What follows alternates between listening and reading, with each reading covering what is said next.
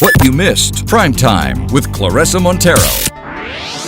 Only on Money FM 89.3. Good afternoon, I'm Claressa Monteiro. My guest in the studio with me, Alex Goh, author of 200 Weekends in China and My Heritage Journey. To most people, like I said, 21st April 2017 was just another ordinary day, but not for Alex Goh. An adventurer, intrepid traveler, and avid marathoner. We find out all about this lifelong pursuit to conquer his Middle Kingdom bucket list, which started out in 1995. Good afternoon, welcome to the show. Good afternoon, Claressa. Thanks for having me. We were talking just before the microphone came on, and you said you haven't barely started traveling, or something to that effect. So you've got a new bucket list, I take it.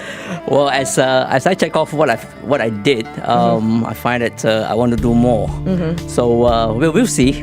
And some of the places that I've always wanted to see, and we'll see what comes along. Well, what was the story behind the My Heritage Journey and the 200 Weekends in China? What led you to come out with these twin publications? Well, it started out with 200 Weekends, actually. I've always have a keen interest in history, China history in particular.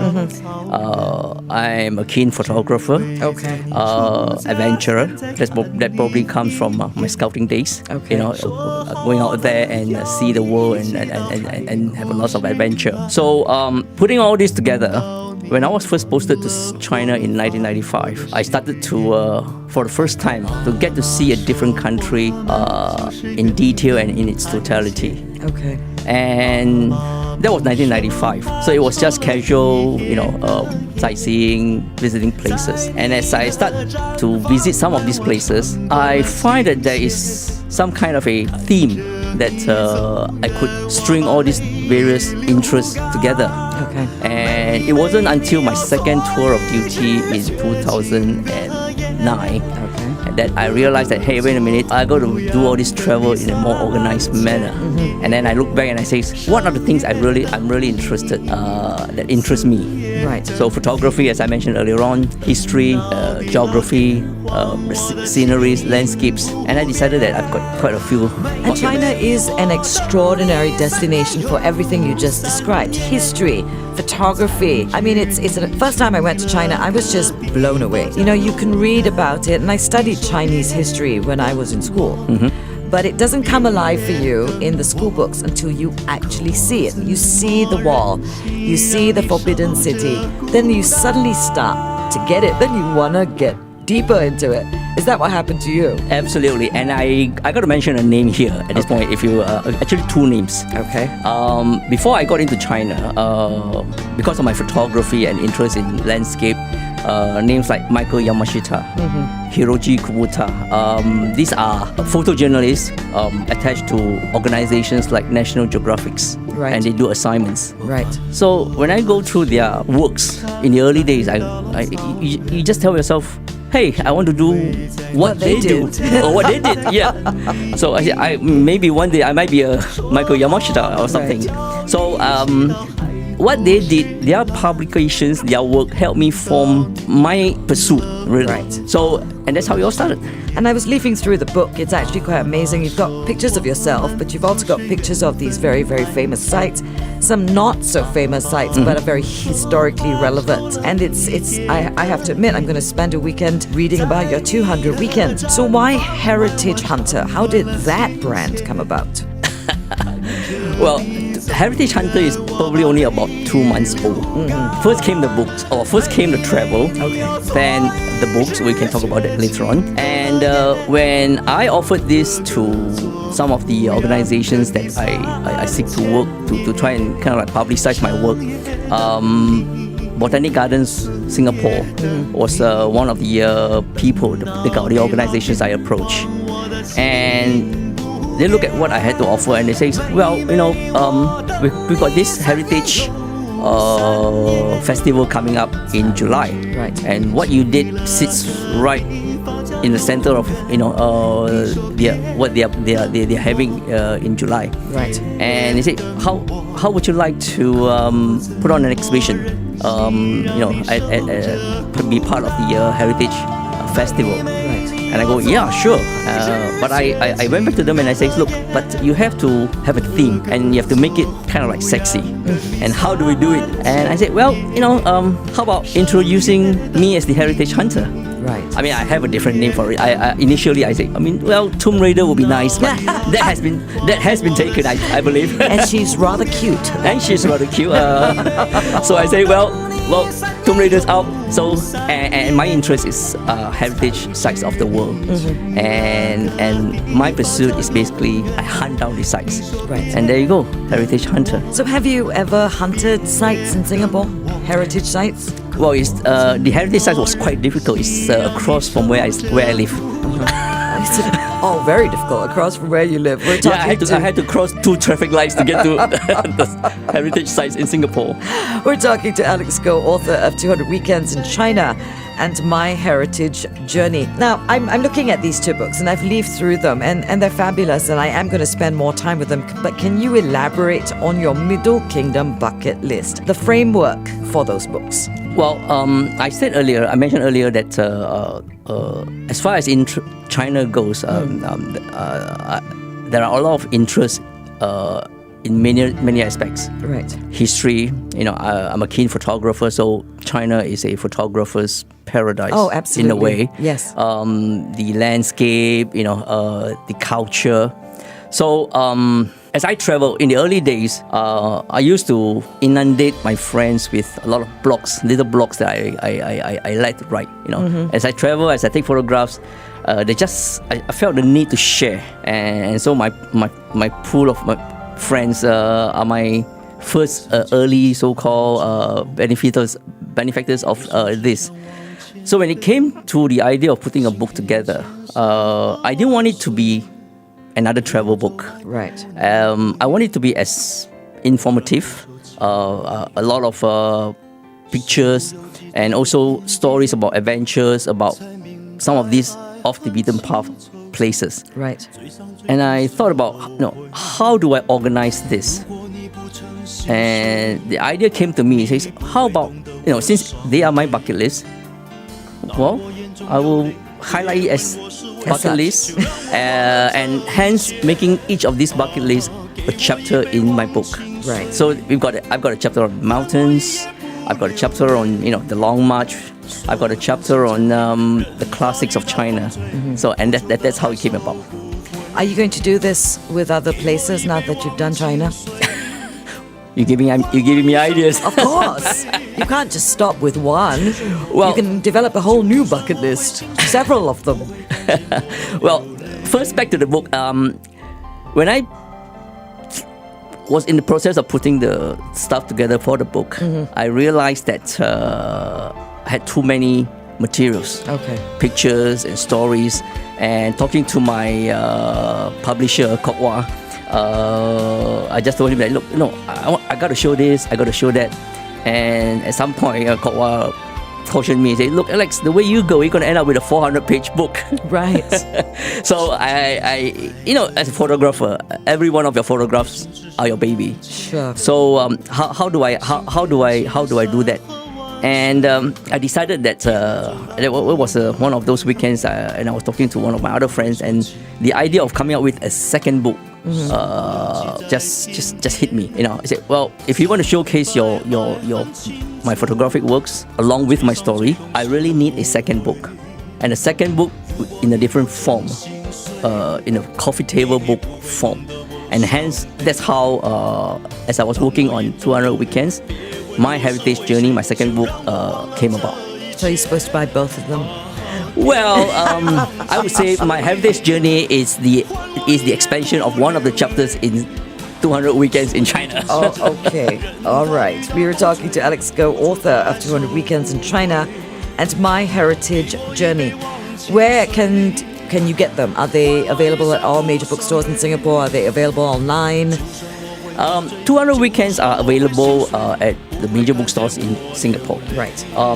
As for the other book, My Heritage Journey, the way I structure it is to make it a little bit niche, and you can only get to My Heritage Journey at the Botanic Gardens. It's a special tie-up with the Botanic Garden people. Okay. So a bit naughty, but it's like if you want my heritage journey, you got to go and visit the Singapore heritage site, which is the Botanic Garden. All right. Well, that's not such a hardship. It's a beautiful place. Beautiful, absolutely. All right. So now I ask you again. Now that you've done this, there's got to be new places to visit. What's next? My heritage journey continues. Your heritage journey continues. Do you have... now, China must have been quite close to your heart because you started with China. So what's the next destination that is a burning destination that you want to see, you want to explore, you want to get into? Well, funny you should say that. I just got back from UK, and in some ways, apart from the region here and China, UK is also home, having spent 7 years in UK. Right.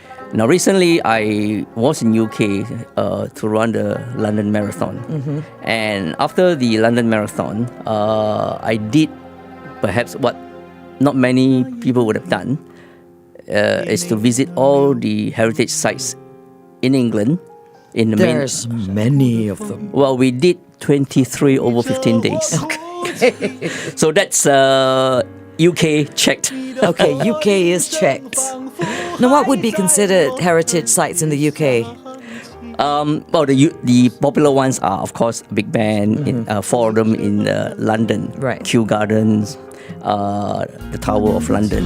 Now, what would be interesting, and not people know, in a British accent, not many people know this. Heritage sites includes places like Glenarvan, places like the Iron Bridge. Okay. These are the places where the Industrial Revolution was born. Okay. So I didn't know that until recently when I did my research and plotted out my journey. Okay. We went down to a beautiful place, beautiful landscape area south of England with a very nice name, the Jurassic Coast. Okay. So it was from Plymouth all the way down to Plymouth, basically the Dorset coast. Right. So and that's how we get, using that framework, we get to see a lot of these off the beaten path places. Very historical. Very, off the beaten very, path, and of course yes. the Hadrian Wall as well. Yes. It's actually how much is left of it, because it was never really. It's not big, huge monuments. It's not like China. You've got huge palaces and walls you can see from space. What you're talking about, that whole Dorset coast, so much of it isn't really much of anything anymore. Hence, why they are UNESCO protected, right. And the heritage tag really. As you go out and see these places, one feels that grateful and thankful that with the inscriptions, these places are protected. Some of them are in pretty good shape. Some, granted that over time they're going to lose their visibility. So I guess we are one of my mission in a way is to promote this, is basically to kind of help UNESCO to try and publicize the fact that we need to protect these places. Protect and preserve for as long absolutely. as you can. That sounds like a wonderful, wonderful mission that you're on. So how much time are you going to dedicate to this new mission, this new bucket list? Well, I was just talking to my wife the other day that there are 1,994 UNESCO World Heritage Sites in the world, and I've only just covered 140 of them. That's 10 years. So I guess my plans for the next 10, 20 years has been set. Now, before I let you go, there's many readers are going to wonder your adventures. Possibly pretty large financial outlays and lots of time. How do you balance it? How do you manage it? A lot of people want to know, probably because they'd want to be able to do this themselves someday. Oh, okay. All right. Maybe to start out with 200 weekends in China. I mean, to be fair, I was actually stationed in China for 8 years of my career. Right. So a lot of people ask, why 200 weekends? The title, I mean, and there's a bit of cheekiness in that. The last thing I want is for the book to come out and the inevitable questions: do you ever worked? Right. I said, hello, it's the weekends. So I got to a stage whereby weekends are valuable to me. Sure. And as I travel, you develop this sense of going with basics. So you know how to keep the cost down. You know, places that we go, I go. You know, you just basic accommodation, food, you know, enough to get you through. The idea is basically to see as many of these places as possible. So over time, you are able to economize and go about doing this. Because the more you travel, the smarter you are. In a way, yes. Because the first time travelers are going to spend way too much money on the wrong accommodation and the wrong transport options. But as you travel more, you get savvier. Well, first thing you got to dispense with the comfort. No, for that's not gonna example, for example, to me, hotel is just a place to put up for the night. You know, I mean, I've in some of my travel, I mean, I used to share some of this amusing adventure. I've even stayed in storerooms. Really? Yes, true. I hope the pictures were worth it. I won't stay in a storeroom. But I know what you mean. I mean, the passion and the whole point of the journey was the pictures, getting the big pictures and getting the experiences. Some of us travel for the comfort. Well, some things has to go. That's true. I totally agree. Well, good luck with the books. I promise I am going to spend some time going through them because China is actually one of the most intriguing places that I've ever been to in my life, and one of my big regrets because I don't speak the language. Going out past the beaten track is a bit more of a challenge for me. Staying in the cities is fine, everybody speaks English. When you get out there, then it becomes a bit more of a challenge for someone like me. So I will vicariously live my interest in China through your books over the next weekend. Well, thank you. I hope it's helpful and it's useful to you. Thank you very much, Alex Go, author of 200 Weekends in China and My Heritage Journey, for coming in and talking to us on Money FM 89.3.